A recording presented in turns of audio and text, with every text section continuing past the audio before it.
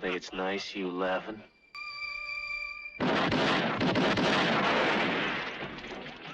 A Fistful of Dollars wasn't supposed to be legendary. It was cheap, stolen, shot with scavenged props and fake names. Actors didn't understand each other's languages. Guns came from another movie. The newcomer lead? A TV cowboy dismissed by Hollywood. Yet, from scraps and chaos, Sergio Leone created a revolution. A Western so raw, it reshaped film history. Here are 20 insane facts about A Fistful of Dollars. Proof that cinema's biggest game changer was stitched together from accidents, lawsuits, and cigar smoke. Fact 1. The Magnificent Stranger. Almost stuck. When the film neared release in 1964, it wasn't called A Fistful of Dollars. For months, it was marketed as The Magnificent Stranger. Posters were printed. Ads ran in newspapers. The title was meant to sound like a Hollywood product, echoing The Magnificent Seven. But 3 days before premiere, producers panicked. They felt it lacked punch, especially for international sales. A last-minute brainstorming session produced A Fistful of Dollars. The phrase captured the movie's grit, greed, violence, and money wrapped in a single image. The abrupt switch confused distributors, but the gamble worked. The new title became iconic, helping the movie stand out in a crowded Western market. Had the old name stuck, Leone's debut might have been forgotten among cheap imitations. Instead, the new title branded a genre-defining classic. Fact 2. Budget fit in a saddlebag. Leone's Western didn't have Hollywood money. Its budget was around $200,000, pocket change even in the 60s. The entire production was financed like a shoestring roadshow. Sets were recycled from other movies, costumes were patched together, meals and lodging for cast and crew often doubled as shooting locations. Yet this meager investment returned nearly $20 million worldwide. The profit margin was astronomical, shocking both Hollywood and European studios. It proved you didn't need sweeping budgets to revolutionize cinema. Leone's ability to stretch pennies into epic visuals set a new standard for spaghetti westerns. What looked like a risky B picture ended up rewriting the economics of genre filmmaking. A saddlebag budget became a goldmine, launching Clint Eastwood and Sergio Leone into international stardom. Fact 3. An unofficial Kurosawa remake. Triggered a lawsuit. The film's plot was lifted almost scene for scene from Akira Kurosawa's Yojimbo, 1961. Leone never secured rights. When Toho, Kurosawa's studio, saw A Fistful of Dollars, they immediately sued for plagiarism. Courts sided with Toho, awarding them 15% of worldwide profits. Kurosawa later joked that he made more money from the lawsuit than from Yojimbo itself. The scandal didn't slow the movie's popularity. Instead, it fueled its notoriety, a stolen samurai tale reimagined as a gunslinger's story. The legal fight became part of its myth, proving that even lawsuits couldn't kill Leone's vision. Ironically, by copying Kurosawa, Leone ended up creating a template that would inspire countless future westerns, turning cinematic theft into cultural transformation. Fact 4. Props were stolen from another western. To save money, Leone scavenged from a rival production called Bullets Don't Argue. Costumes, guns, and even set pieces were repurposed directly into A Fistful of Dollars. Eastwood's revolver, spurs, and hat all came from leftovers. Background furniture and saloon props were yanked from sound stages that had wrapped filming days earlier. This patchwork approach gave the movie its scrappy aesthetic. Nothing was pristine. Everything looked lived in, dusty, and dangerous. Instead of harming the movie, the recycled props enhanced its authenticity, making Leone's town feel grimy and real. Audiences thought the grit was intentional artistry, never realizing it was budget desperation. One film's leftovers became another's legend, showing how resourcefulness could turn trash into cinematic treasure. Fact 5. Three-country financing trick. The production wasn't just Italian. To maximize funds and dodge strict tax rules, financing was split between Italy, Spain, and West Germany. Each country provided part of the budget, and in return, their actors and crew were included to satisfy legal requirements. This Euro puzzle of co-production was common for low-budget genre films, but Leone's movie became its most famous success. The patchwork financing allowed shooting across Spain's deserts, which doubled for Mexico, while post-production was done in Rome. German investors ensured the film had guaranteed distribution in Europe. By blending resources from three nations, Leone stretched his tiny budget into a feature that looked far larger than it was. The trick became a blueprint for spaghetti westerns that followed, proving international cooperation could outgun Hollywood. Fact 6. Hollywood legends said no. Before Clint Eastwood, Sergio Leone dreamed of big Hollywood stars. He offered the lead role to Henry Fonda and Charles Bronson, both of whom dismissed the script.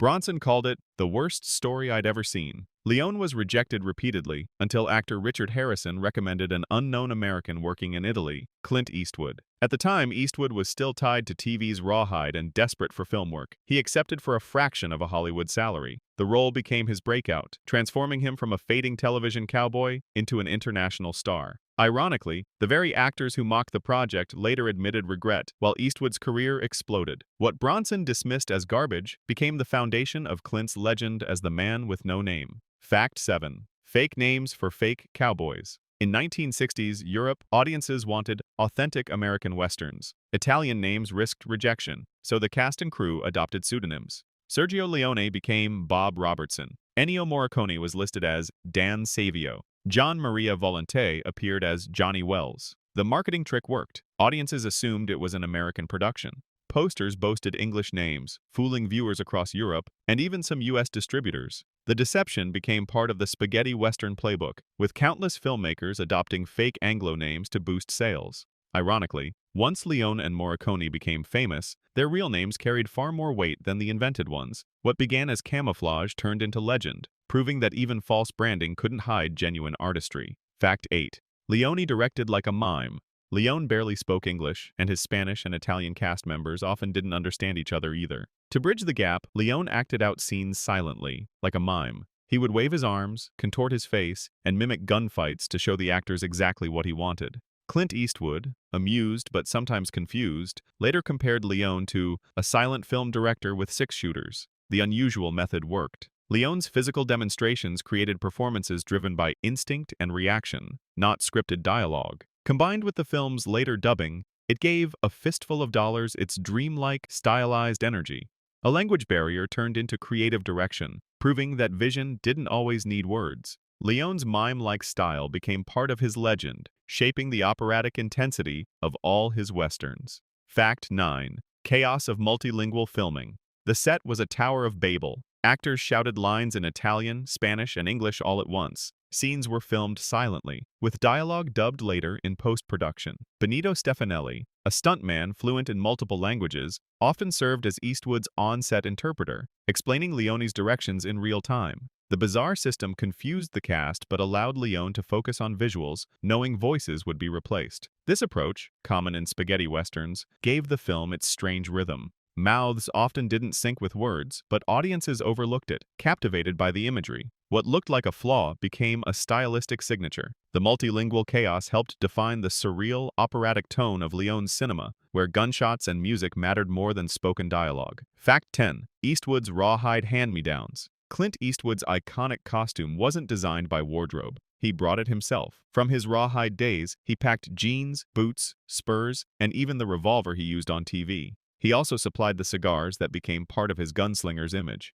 Leone added a poncho to complete the look, but everything else came from Eastwood's personal gear. The result was a costume that looked natural, worn, and unpolished, perfect for Leone's gritty vision. Eastwood's decision saved money and gave his character a lived-in authenticity. The outfit became so iconic it carried through the entire Dollars Trilogy. What began as a practical solution, an actor bringing his own clothes, became one of the most recognizable costumes in film history. Fact 11. The coffin maker was a real carpenter. One of the film's most memorable supporting characters is the coffin maker, Silvanito. Unlike Eastwood or Volonté, the actor wasn't a seasoned professional. He was a local carpenter who had been building props and sets for the production. Leone spotted him, liked his weathered look, and offered him the role. The man accepted, delivering lines phonetically, while others dubbed over him later. His natural demeanor, equal parts weary and practical, gave the film unexpected authenticity. Audiences believed he belonged in the dusty frontier town because, in a way, he did. His performance is now remembered as one of the Dollars Trilogy's quirky highlights.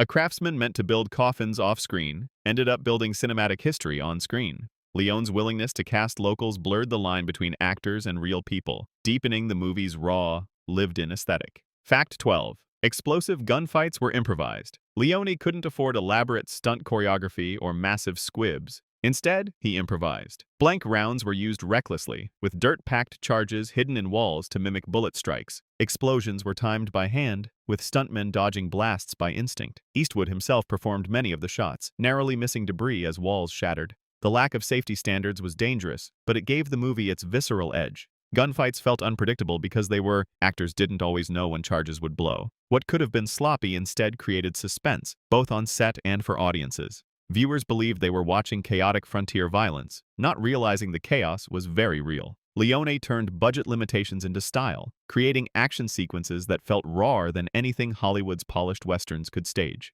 Fact 13. Ennio Morricone was paid almost nothing. Today, Ennio Morricone is hailed as one of cinema's greatest composers, but in 1964, he was relatively unknown and paid only a few $1,000s for A Fistful of Dollars. Leone even pressured him to reuse cues from earlier projects, like pop songs and library music, to save money. Morricone delivered something groundbreaking instead, a score built from whistles, cracking whips, guitars, and wordless vocals. It sounded alien compared to Hollywood orchestras. The music gave the film its mythic quality, elevating every gunfight into an opera. Despite being underpaid, Morricone's work redefined what film music could be. Decades later, the theme remains one of cinema's most recognizable. What began as a low-budget shortcut became the cornerstone of the spaghetti western sound, proving genius can thrive even on scraps. Fact 14. Leone's close-ups broke the rules. Western films of the 1950s stuck to wide shots, showing landscapes and riders silhouetted against the horizon. Leone shattered that convention. In A Fistful of Dollars, he filled the screen with extreme close-ups of eyes, hands, and twitching faces.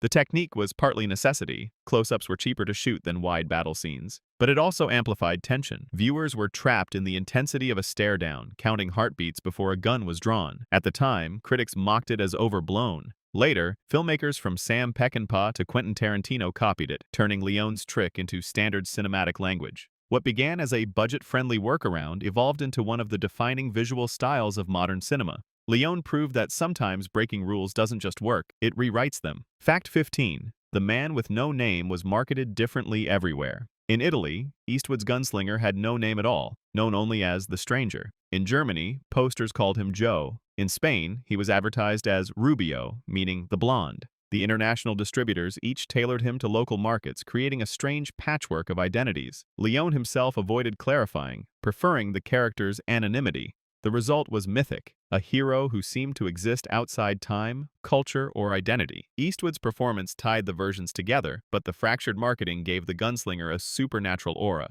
Fans still debate his real name, but the confusion became part of the legend. What should have been sloppy advertising created one of cinema's most enigmatic icons. The Man with No Name truly became everyman and no man at once. Fact 16. Kurosawa admitted it was better. Despite suing Leone for plagiarism, Akira Kurosawa later admitted he admired A Fistful of Dollars. In a famous letter, he told Leone, "A Fistful of Dollars is a fine film, but it is my film." He acknowledged Leone's style gave the story new life, even if it was unlicensed. Kurosawa also joked that he made more money from the lawsuit than from Yojimbo itself. That ironic twist cemented the film's legacy as both theft and transformation. Leone had copied shamelessly, but in doing so, he reshaped cinema. Even the master he imitated conceded that the Western reimagining had power. The admission validated Leone's artistry, elevating him from plagiarist to innovator. What began as a courtroom battle ended with a strange mutual respect between two directors who both changed the face of film.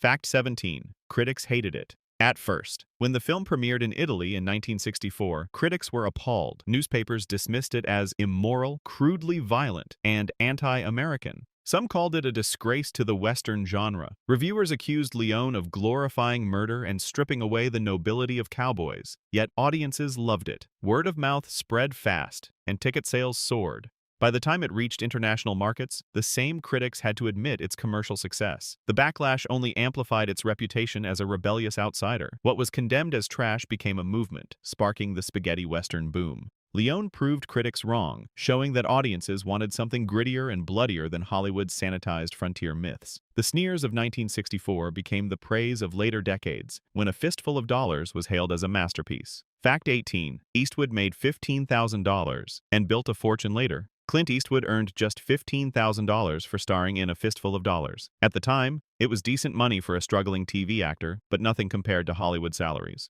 The role, however, catapulted him into stardom. By the end of the Dollars Trilogy, Eastwood was commanding hundreds of thousands per film. Within a decade, he was one of the highest-paid actors in the world, eventually earning tens of millions through acting and directing. The small paycheck that lured him to Spain became the seed of a fortune. Eastwood later joked that he wore the same poncho for 3 films, because he couldn't afford a new one. A symbol of how humble beginnings transformed into legend. $15,000 bought the performance that changed his career forever. Fact 19. The poncho was never washed. Eastwood's poncho, first worn in A Fistful of Dollars, was never cleaned throughout the entire trilogy. The fabric accumulated dust, sweat, and wear from years of filming in Spain's deserts. Leone insisted it remain unwashed, believing the grime added to its authenticity. By the final film, The Good, the Bad, and the Ugly, the poncho looked aged and battered, exactly as intended. Fans often ask where the original garment is today, but Eastwood reportedly kept it in his personal collection. The unwashed poncho became more than a costume. It was a relic that symbolized the character's continuity across 3 films. What began as a budget-saving choice, not refreshing wardrobe, became a piece of cinematic mythology, tied forever to the man with no name. Fact 20. It redefined the Western forever. Before Leone, Westerns were noble myths, clean-cut sheriffs, heroic duels, and moral clarity. A Fistful of Dollars shattered that image. Its hero was a mercenary who played both sides for profit. Its town was dirty, corrupt, and full of brutality. Ennio Morricone's score replaced sweeping orchestras with whistles and gunshots. Leone's camera lingered on dust, sweat, and silence before violence exploded. The formula shocked Hollywood but captivated global audiences. Critics later called it the birth of the anti-Western, a genre that embraced ambiguity and cynicism. Without Leone's breakthrough, films like Unforgiven, Django Unchained, or even modern anti-heroes might not exist. A $200,000 imitation became the spark that redefined cinema's most American genre. What started as theft ended as revolution. A Fistful of Dollars began as a knockoff, cheap, stolen, and mocked by critics. But lawsuits, fake names, scavenged props, and multilingual chaos forged something new. It didn't just succeed, it rewrote the Western, reshaped global cinema, and launched Clint Eastwood's legend. What looked like a B-movie fraud became a masterpiece. And that's the real Fistful of Dollars, the small gamble that paid back with history.